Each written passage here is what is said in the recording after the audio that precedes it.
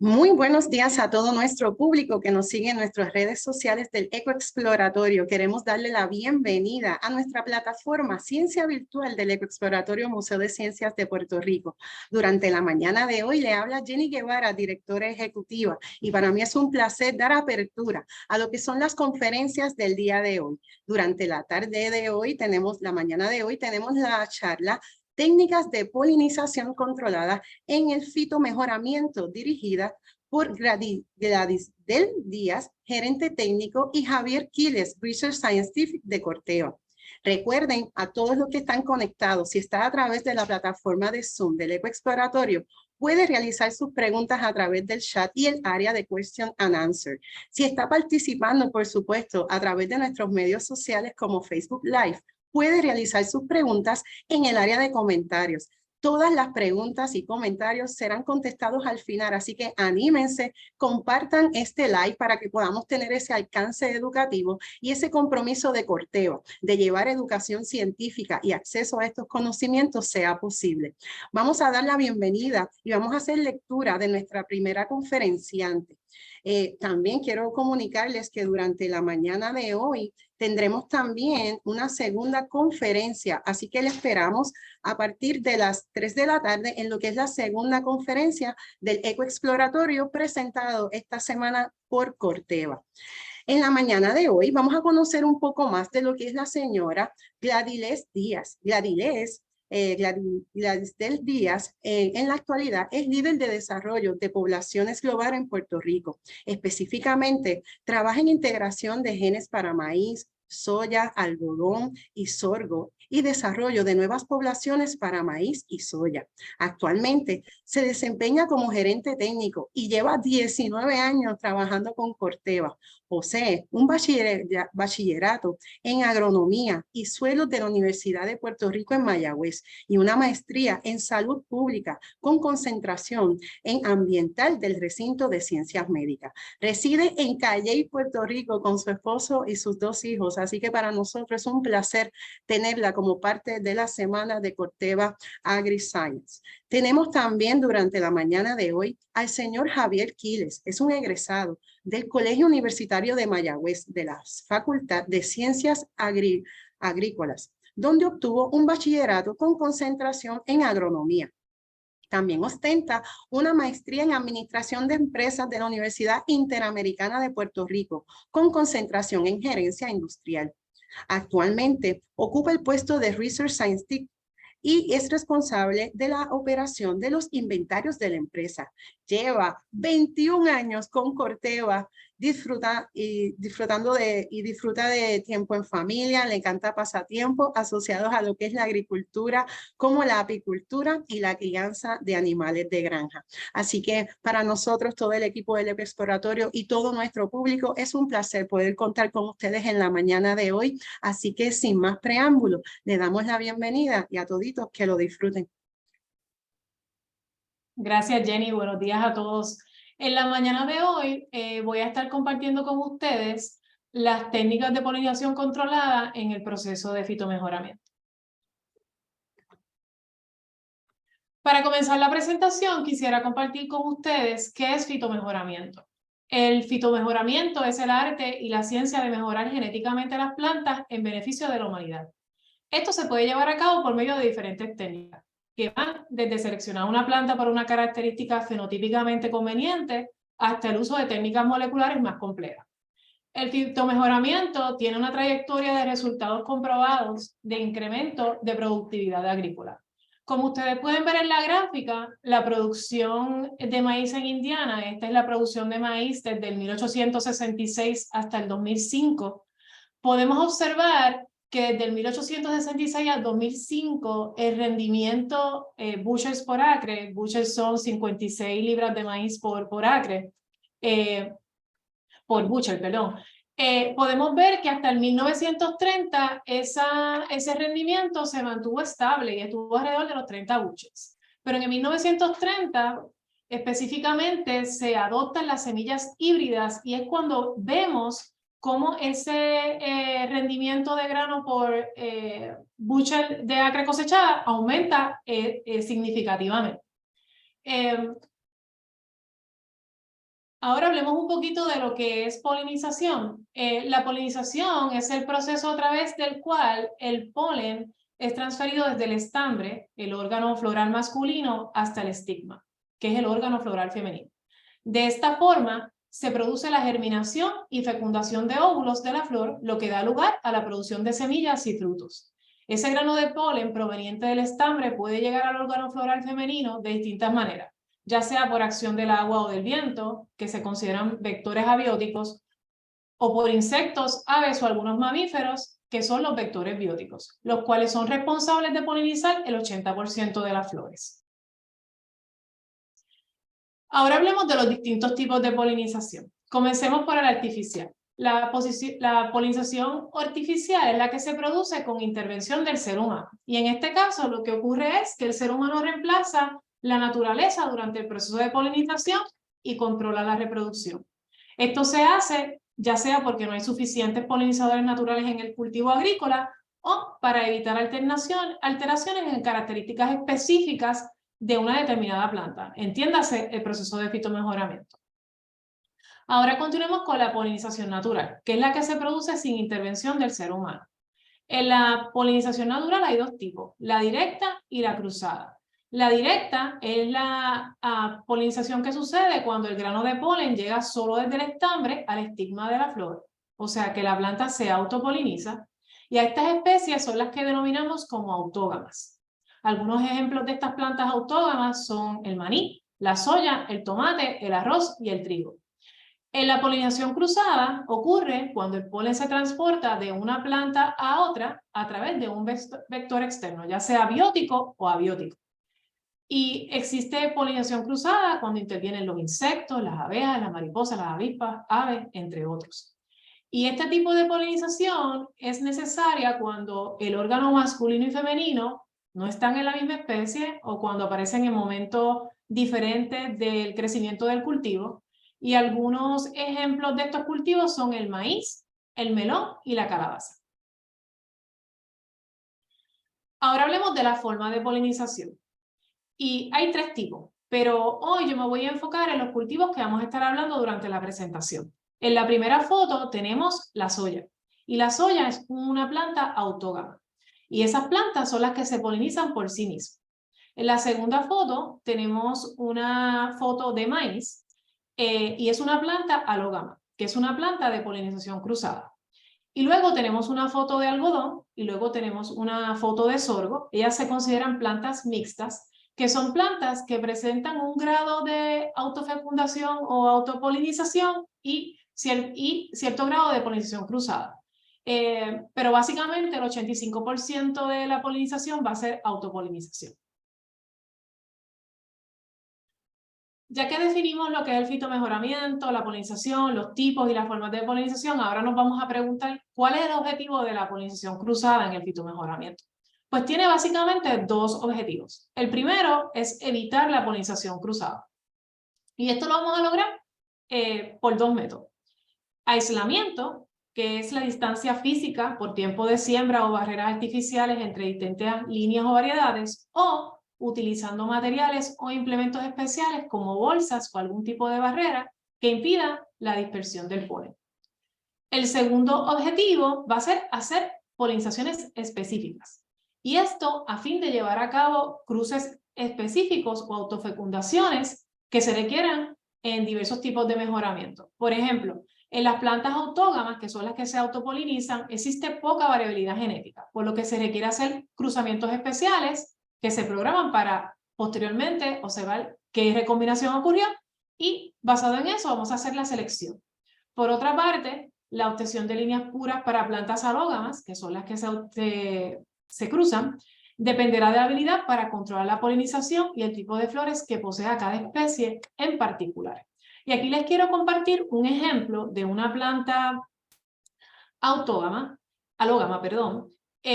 donde necesitamos hacer polinizaciones para obtener maíz blanco. Entonces tenemos en un mismo campo una planta de grano blanco y una de grano amarillo. ¿Qué sucedería si nosotros dejáramos que esa polinización ocurriera libremente? Pues ahí es donde el fitomejorador dice, tengo que tomar la decisión de controlar la polinización y no permitir que polen de la planta de grano amarillo caiga en la planta de grano blanco, para entonces mi progenie sea toda de grano blanco. Y de esta forma vamos a garantizar eso. Le coloqué aquí el cuadrado de Punnett para demostrarle con un ejemplo sencillo, esto es asumiendo que esto es una característica que se hereda a través de un solo gen, donde el grano amarillo está representado por una planta heterocigota, donde el color amarillo es dominante, y el grano blanco es dominante recesivo. Y es una buena manera de ver cómo nosotros podemos aplicar el fitomejoramiento para una característica como es el color de grano. Ahora vamos a comenzar con las técnicas de polinización controlada en cada uno de los 4 cultivos que le mencioné, pero antes de hablar de compartir un video de cada uno de ellos, yo quiero mostrarles algunos datos, compartir con ustedes algunos datos interesantes de los cultivos.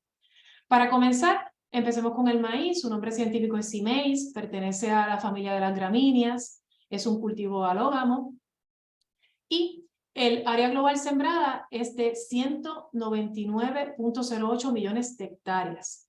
En Estados Unidos, el área sembrada es de 33.31 millones de hectáreas, pero esto siendo una sexta parte de lo que se siembra globalmente, vemos que representa el 32% de la producción global, o sea, que es número 1 en rendimiento. China es el país con mayor área sembrada, seguido por Estados Unidos. Ay, perdonen que aquí le di el...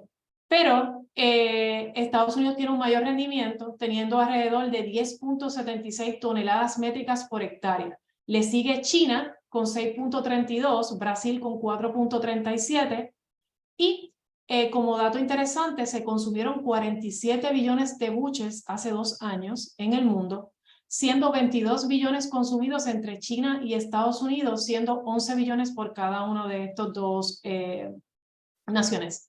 Y el mayor importador de maíz de Estados Unidos es China, seguido por México. Ahora les voy a compartir un video de cómo hacemos la polinización controlada en maíz. Saludos, mi nombre es Raúl Calvo, trabajo aquí en Corteva AgriScience y les voy a explicar un poco cómo es el proceso de polinización de la planta de maíz. La planta de maíz, como pueden ver, tiene una parte que le llamamos una flor masculina, que es donde básicamente se ubican tenemos las anteras, nosotros lo llamamos espiga, ¿verdad? Que es donde se produce el polen. Y tenemos una flor femenina en la misma planta, que es donde, una vez polinizada, tendremos la mazorca. Aquí lo que tenemos son los filamentos. Ahora mismo están cubiertos con esta bolsita que le llamamos chutback para evitar que polen de otra planta, ¿verdad?, contamine estos filamentos. Toda esta polinización que nosotros hacemos es una polinización manual controlada. Básicamente el proceso de polinización, para saber que una planta está lista para poder ser polinizada, nos fijamos en el nivel de floración de esa planta. Cuando el tassel o la espiga ya ha abierto cerca del 100% de las anteras, ¿verdad?, ya estará produciendo polen. Esto es una señal para saber que ya podemos polinizar la planta. Es importante comprobar que los filamentos que están aquí también hayan aparecido, ¿verdad?, para que puedan recibir el polen. Después tenemos que identificar el tipo de polinización manual que queremos hacer. Básicamente hay 2 tipos.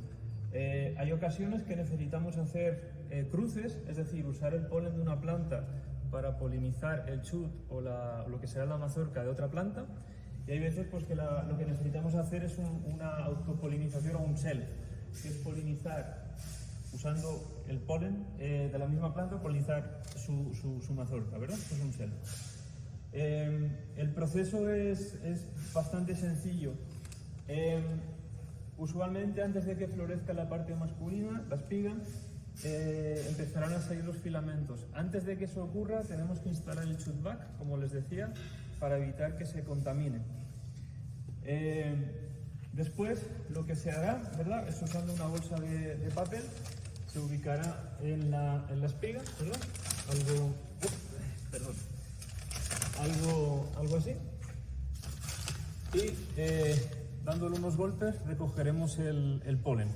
¿vale? Es importante dar unos golpecitos para que el polen se libere de las anteras. Con el polen en la bolsita, pues haremos el trabajo del polinizador, que es trasladarlo por ejemplo, si hacemos un cruce, a esta mazorca. Levantaremos y tiraremos el polen con cuidadito. Este proceso tiene que ser muy rápido para evitar pues, que el polen de otras plantas contamine esta mazorca. Una vez finalizado el proceso de polinización, ¿verdad? Ya le puse el polen, eliminé esto, le instalaré la bolsa y la agraparé. Y con esto habré acabado el proceso de polinizar. Ahora vamos a continuar con las técnicas de polinización controlada en soya. De manera de introducción, el nombre científico de la soya es Glycinemax, es de la familia Fabaceae, es un tipo de cultivo autógamo. El área global sembrada es de 128.96 millones de hectáreas y en Estados Unidos se siembran alrededor de 33.43 millones de hectáreas. La producción global en Estados Unidos representa el 31.1% y es el número 2 en rendimiento. El país con mayor área sembrada es Brasil, siembra alrededor de 39.50 millones de hectáreas, seguido por Estados Unidos. Y igualmente Brasil en términos de rendimiento es el número 1, con 3.53 toneladas métricas por hectárea versus Estados Unidos, que rinde alrededor de 3.43 toneladas métricas por hectárea. Ahora les voy a compartir el video de la soya. Saludos, mi nombre es Yulisa Colongaray de Corteva. En este momento vamos a estar explicando cómo realizamos una polinización en las plantas de soya. Primeramente vamos a estar buscando una flor inmadura o capullo, como este que se encuentra en este nudo de la planta. Y entonces procedemos con los materiales, que son una pinza de punta fina y un visor. Ya dado que esto es tan pequeñito, pues entonces lo necesitamos, ¿verdad?, para poder ver. Nos acercamos aquí para que puedan observar la flor inmadura y comenzamos entonces a sacar todos los sépalos que envuelven ese capullo. Una vez se los vamos removiendo, básicamente se remueven como uno le quita la cáscara a los guineos, vamos a estar exponiendo los pétalos, que como pueden observar son de color violeta. Vamos a estar removiendo todos los sépalos.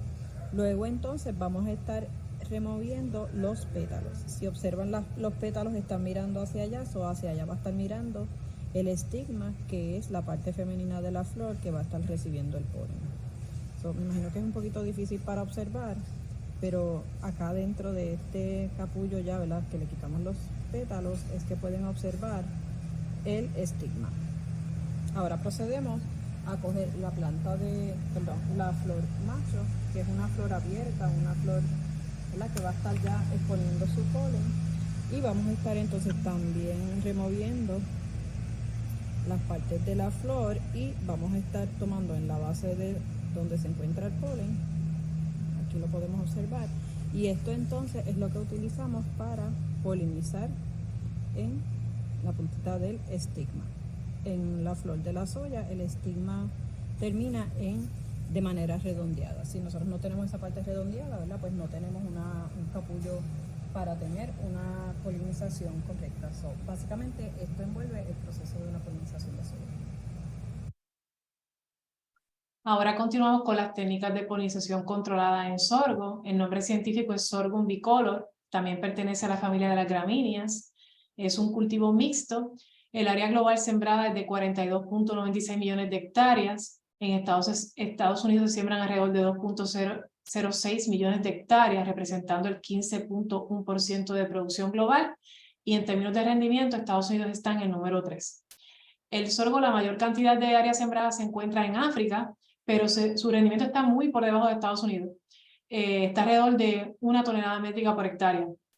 China y Argentina son los que lideran el rendimiento, los que fluctúan entre 4.43 a 4.68 toneladas métricas por hectárea. Ahora los dejo con el video de polinización controlada en soya.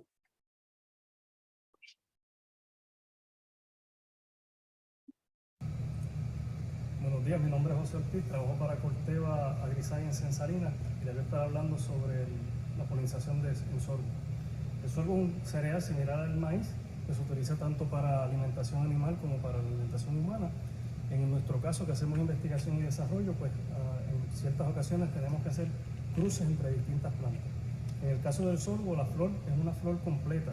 Quiere decir que la parte masculina y la parte femenina se encuentran en la misma panícula.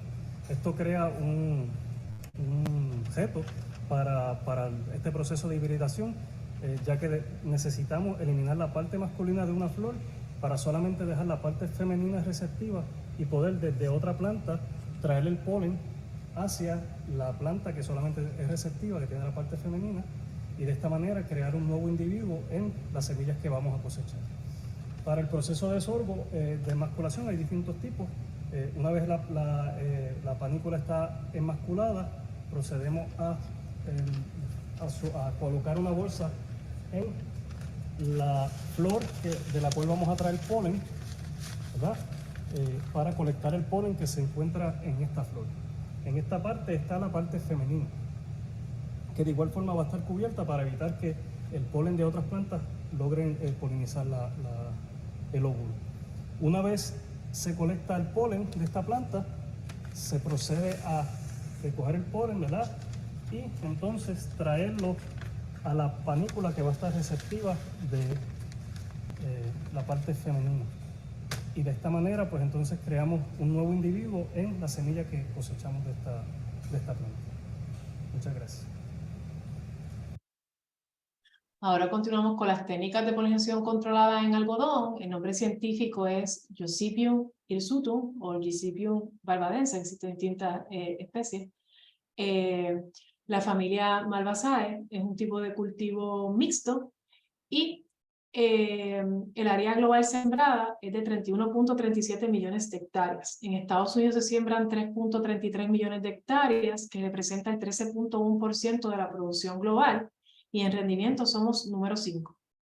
13.29 millones de las 31.37 millones de hectáreas son sembradas en India, siendo el de mayor área sembrada globalmente, y los lugares donde hay mayor rendimiento es en China y en Brasil. Ahora los voy a dejar con el video de algodón. Saludos, mi nombre es Yulisa Colongaray. En esta ocasión vamos a estar mostrándoles cómo realizamos una polinización en las plantas de algodón. Primeramente, tenemos la flor que seleccionamos como una flor hembra, en la cual vamos a estar eliminando la parte masculina de la flor, que son las anteras con sus filamentos que se encuentran en esta parte. Lo primero que hacemos es tratar de remover con mucho cuidado toda la parte masculina de la planta. Y como ven, en el centro se queda el estigma, que es esta estructura que se encuentra en el centro de la flor. Con mucho cuidado seguimos removiendo todas las anteras de la flor hasta que no quede ninguna.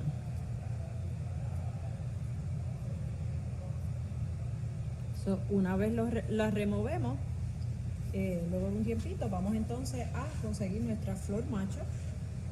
Voy a utilizar una que está por aquí. Y decimos que es una flor macho porque es una flor que no le hemos removido la parte masculina, ¿verdad? La parte del polen, y los vamos a estar utilizando para polinizar en el estigma. El proceso simplemente es, ¿verdad?, tomar la flor y asegurar que el polen toque la estructura del estigma. De esta manera. Y con esto es suficiente. Ya con esto hemos realizado una polinización en la planta de algodón.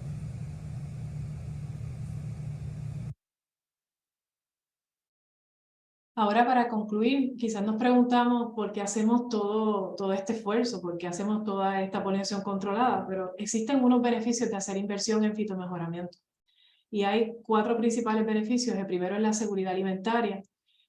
A través de hacer inversiones en fitomejoramiento de mejoramiento podemos obtener variedades más productivas y una mayor estabilidad de los rendimientos. Tiene beneficios sociales, obtención de variedades más rentables para reducir la pobreza. Tiene beneficios económicos para obtener variedades resistentes a la sequía, para ayudar a reducir los costos de producción y mejorar los márgenes de ganancia de los agricultores. Una agroempresa más rentable se traduce en más ingresos y un Producto Interno Bruto más elevado. Y también tiene beneficios ambientales para obtener variedades que dependan menos de plaguicidas, utilicen menos agua y utilicen nutrientes con mayor eficacia. Con eso termino mi presentación y ahora entonces voy a dejarlo con mi compañero Javier Quiles.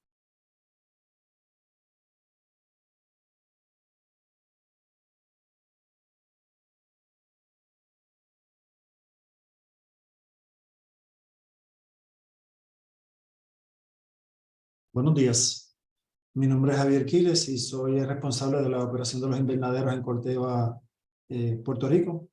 Y hoy les voy a estar hablando sobre el uso de los de invernaderos en el fitomejoramiento.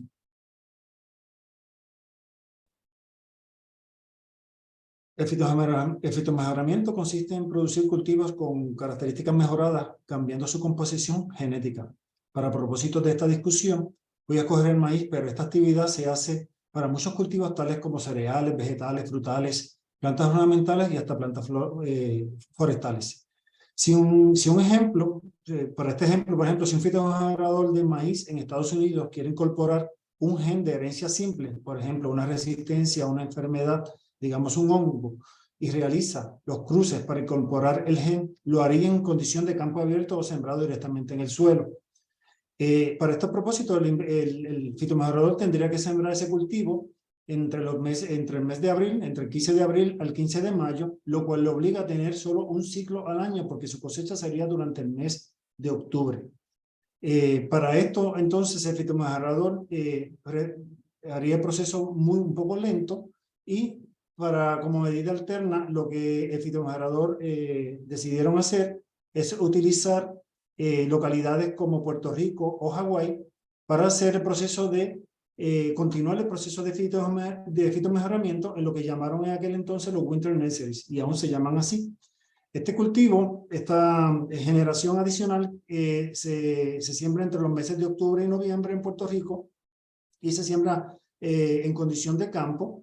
Y la idea detrás de esto era que, pasado el proceso de siembra, cultivo del maíz, ¿no? La polinización y eventualmente la cosecha, el maíz se enviaba al año siguiente a Estados Unidos, y con esto lográbamos darle continuidad al proceso de fitomejoramiento.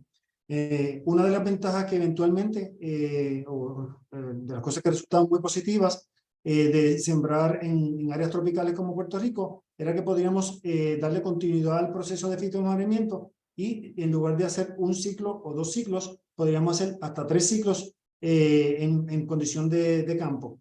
Pero no faltaban los desafíos, y uno de ellos era la lluvia.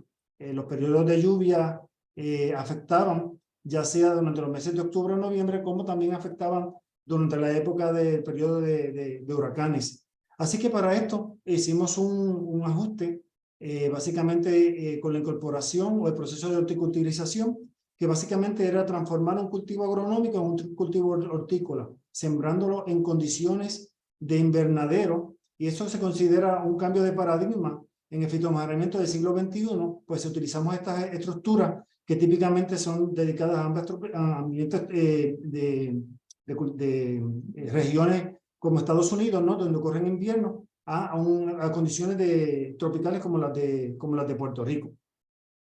Con esto pasamos entonces a hablar un poquito sobre qué es un invernadero. Pues el invernadero es una estructura que, como mencioné, se pueden sembrar diferentes cultivos durante todo el año. Hay diferentes tipos de invernadero y niveles de tecnología. Entonces, ¿qué beneficios nos traen los invernaderos? Pues podemos tener la habilidad de regular factores ambientales, tales como la intensidad de luz, la humedad, la temperatura, entre otros. Hay diferentes tipos, unos de baja tecnología. Estos básicamente se caracterizan porque tienen una altura de 8 a 10 pies, tienen una cubierta antimaleza, coberturas plásticas, de techo plástico también, pero cubierto con canaletas de metal para el manejo del agua. También tienen ventilación pasiva, están típicamente hechos de metal o de tubos, y tienen un precio que oscila entre los $2.50 a los $3 por pie cuadrado. También existen los invernaderos de mediana tecnología. Estos invernaderos se caracterizan por utilizar ventilación pasiva. También pueden incluir ventilación cenital. La ventilación cenital son unas ventanas que hay en el tope de la estructura, de ventilación lateral. Algunos de ellos tienen malla anti-insectos, tienen ventilación activa con ventiladores y tienen también cubierta antimaleza o grava, y también pueden tener puertas simples. El costo de estas estructuras por pie cuadrado oscila entre los $3.50 a los $10. Por último, tenemos los invernaderos de alta tecnología. Estos invernaderos pueden alcanzar hasta los 18 pies de altura y se caracterizan por tener estructuras metálicas de acero galvanizado, reforzado, incluyendo sistemas de ventilación pasivo con ventilación cenital, lateral y frontal. También tienen ventilación activa con abanicos, también tienen recirculadores en algunos casos, sistemas de nebulización, malla anti-insectos, tienen pantalla de sombreo, protección de la lluvia automatizada, riego automatizado, estaciones meteorológicas, tablero de control, antesala, sistemas de enfriamiento en algunos casos y luces para el control de fotoperiodo, entre otros componentes tecnológicos. Sus costos oscilan entre los $13 a los $100 por pie cuadrado. Es importante mencionar que no hay un invernadero perfecto, y un buen número de los invernaderos que se adaptan a las condiciones de Estados Unidos continental no se adaptan necesariamente a las condiciones de Puerto Rico. Nuestro objetivo es la protección contra la lluvia y la resistencia a huracanes. Estos dos factores fueron probados con el huracán María y más reciente con el huracán Fiona. Este último trajo mucha lluvia, mucha agua, y pasado el evento nosotros retornamos a nuestra operación apenas 2 días después, lo cual definitivamente prueba las ventajas de estos invernaderos, porque tuvimos el cultivo 100% protegido y no perdimos ninguna planta. Los componentes tecnológicos. Bueno, un invernadero de alta tecnología, pues, o de última generación, se caracteriza por tener componentes tecnológicos que permiten controlar factores que influyen sobre el crecimiento de las plantas. Los invernaderos no solo ofrecen protección, sino la versatilidad de sembrar diferentes cultivos. Algunos de los componentes tecnológicos son techos retractables, los cuales permiten la mayor captación de luz por el cultivo, protección contra eventos ambientales al activarse de forma automática por medio de sensores de lluvia, y colocación de cubierta plástica que protege básicamente el cultivo de cualquier inclemencia del tiempo. Ventilación lateral y frontal, la cual permite la entrada del aire, muchas veces relegado, pero que tiene un impacto sobre la temperatura interna de la estructura y el proceso de transpiración de las plantas. Malla anti-insecto, la cual es considerada un método de control mecánico por la exclusión o evita básicamente la entrada de insectos o plagas al cultivo.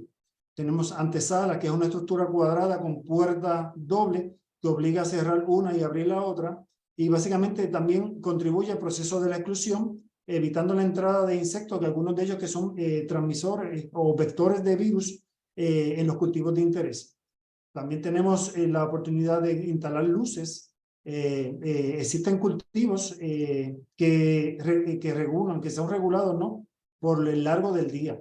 Un ejemplo de esto que todos conocemos son las Pascuas, las cuales en días cortos cambian sus hojas de color. Este principio se aplica para otros cultivos, y las luces nos permiten manipular de forma temporera la planta para propósitos de fitomejoramiento. Estos son solo apenas 5 de los muchos componentes tecnológicos de los invernaderos de alta tecnología.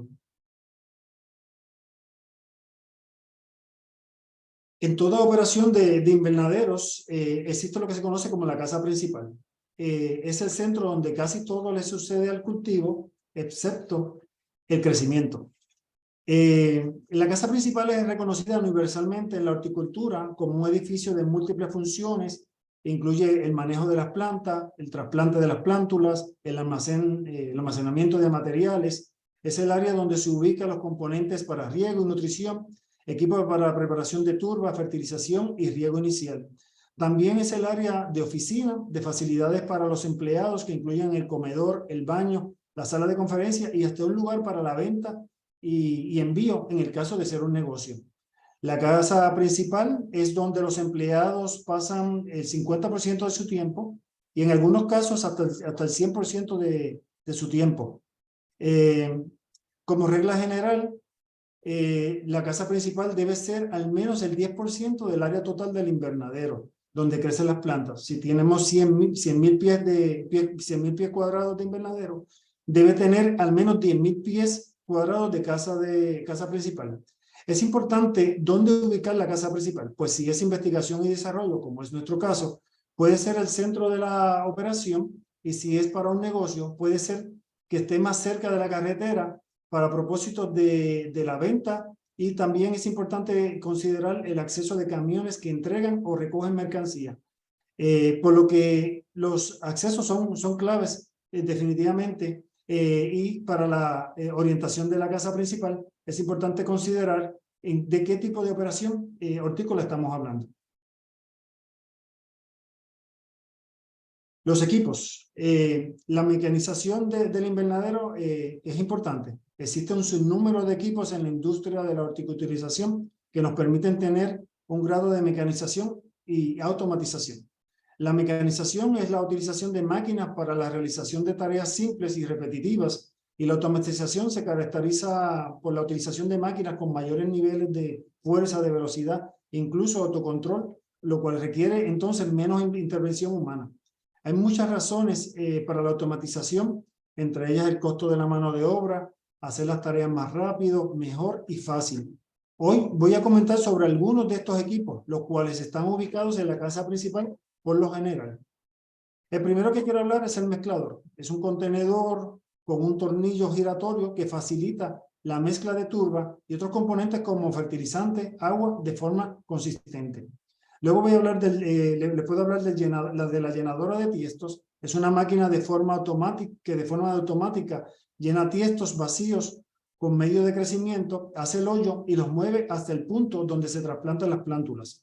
El dispensador de tiestos, que separa los tiestos de forma mecánica y usa líneas de forma vertical para ser llenados, funciona con tiestos que varían en diámetro entre 6.5 pulgadas hasta 15 pulgadas. El dispensador de bandeja es el mismo principio de separar las bandejas, las cuales vienen apiladas, y la máquina de forma mecánica es capaz de separar las 3 bandejas a la vez que es capaz de producir hasta 1000 bandejas por hora. Luego les voy a hablar de la formadora o la máquina formadora de tiestos de papel. Es una máquina semiautomática o puede ser totalmente automatizada, utilizada para la creación de tiestos de papel en lugar de plástico, para la producción de plántulas. Te permite hacer los tiestos con el medio de crecimiento de tu elección, y al ser de papel simplifica la disposición, reduciendo la huella ambiental. Por último, las cintas transportadoras, o lo que conocemos como conveyors, utilizados ampliamente en diferentes industrias, no solo en la agricultura, que permiten el movimiento de materiales de un punto a otro y nos ayudan con el manejo de los costos, son muy costo efectivas. Otro componente importante en la operación de los invernaderos es el riego. El riego es la actividad más importante en el manejo de un invernadero. En mi opinión, es el trabajo más difícil del invernadero porque tiene 2 componentes. La ciencia, que está en cómo hacer el balance entre los poros llenos con aire y agua en el medio de crecimiento, y el arte, que es la habilidad, el talento o la experiencia para saber cuándo regar. Pero existe una gran ventaja que los invernaderos ofrecen con respecto a la condición de campo abierto, y es la eficiencia en el uso de este vital recurso que es el agua. En los invernaderos es todo acerca sobre el uso, usar la cantidad de agua y nutrientes de forma perfecta. Se aplica directamente a la raíz de las plantas y no al suelo como ocurre en campo abierto. Un tiesto tiene un volumen definido de turba con una capacidad de absorción y solo lo que la planta consume o se evapora es lo que se le agrega. Se utiliza el 6.3% del agua en comparación con el campo. Si en el campo, por ejemplo, utilizáramos 100 galones, en la estructura apenas utilizaríamos 6 galones. ¿En qué consiste el sistema de riego? Bueno, es un tanque, una bomba con un presurizador, como el que tenemos quizás en nuestras casas. Hasta ahí no hay ciencia oculta. Ahora, lo que sí marca la diferencia es la capacidad de inyectar el fertilizante al agua clara, convirtiéndola en una solución nutritiva que se mueve al ser bombeada a través de unos tubos pequeños que conectan a un emisor de autocompensado que trabaja a baja presión, pero que constantemente entrega la misma cantidad de agua por minuto en todos los politubos que están conectados a una estaca de riego insertada en todos los tiestos. Esto puede hacerse de forma manual, semiautomática o totalmente automatizada, utilizando diferentes sensores integrados al sistema que calculan la pérdida de agua en el medio de crecimiento o la evapotranspiración. El control ambiental.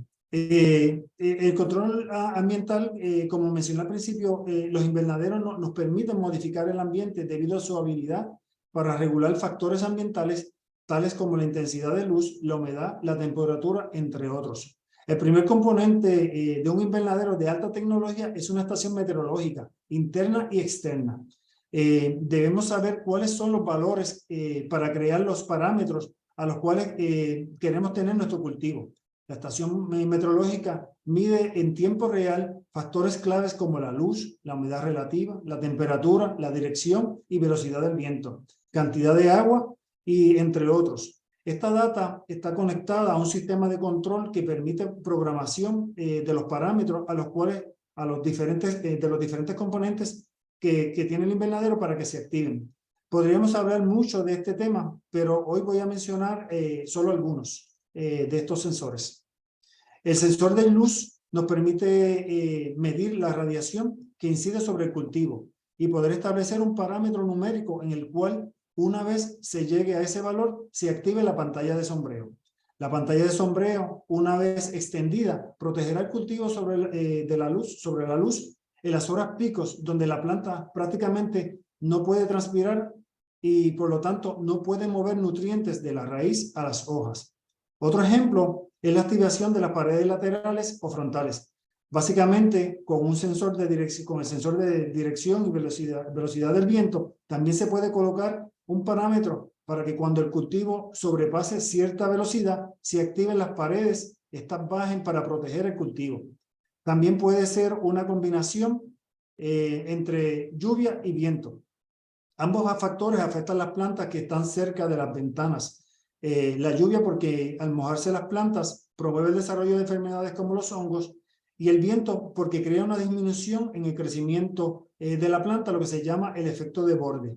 El último, ya mencionado, es la capacidad de cerrar el techo o tener una sombrilla que abre y se cierra, pero que controlada por los sensores de la estación meteorológica, nos permite proteger el cultivo. Otra parte importante en el manejo, en el manejo de los invernaderos es precisamente el manejo de las enfermedades y las plagas. Presentamos el manejo de las enfermedades y las plagas presentan retos y oportunidades. El mejor control es la prevención, y eso es uno de los beneficios de los invernaderos. La lluvia, más que la lluvia, la humedad relativa aumenta la probabilidad de la actividad de hongos patógenos. Es ahí donde los invernaderos ofrecen una ventaja y nos permiten tener un mayor control sobre lo que se conoce como el triángulo de la enfermedad, que el ambiente, el patógeno y el huésped, que no pueden ser modificados. Al menos en el ambiente podríamos tener algún tipo de control. Por otra parte, y como mencioné antes, nos permite un sistema de exclusión para control de alevillas nocturnas y otros insectos voladores. Es un tipo de control mecánico. También existen los controles físicos y por último también existen los controles químicos. Una de las ventajas que nos ofrecen los invernaderos es la utilización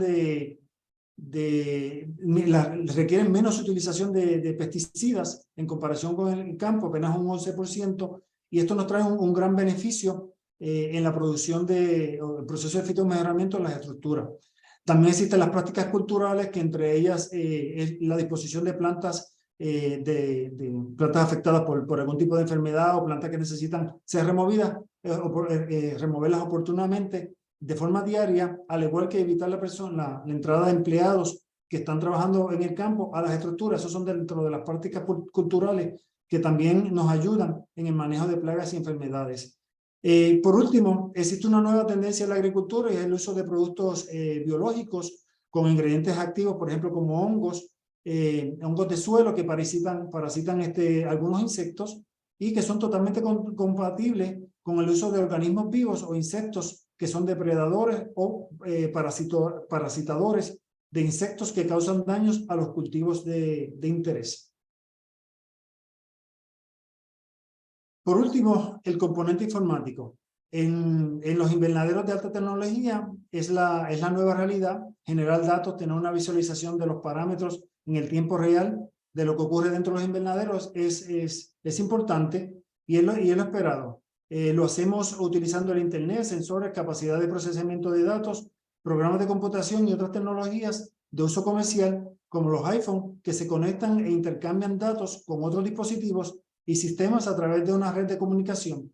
Esto nos ayuda mucho a tener un mejor control de todos los, y rastrear, sobre todo, rastreo de los materiales que entran, las entradas y las salidas, y contabilizar todas las plantas que tenemos en la estructura.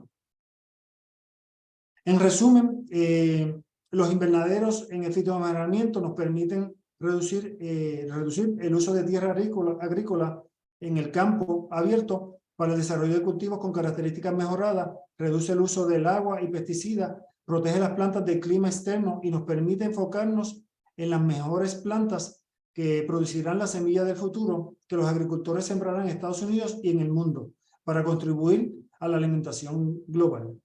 Con esto termina mi presentación. Muchas gracias. Si tienen preguntas.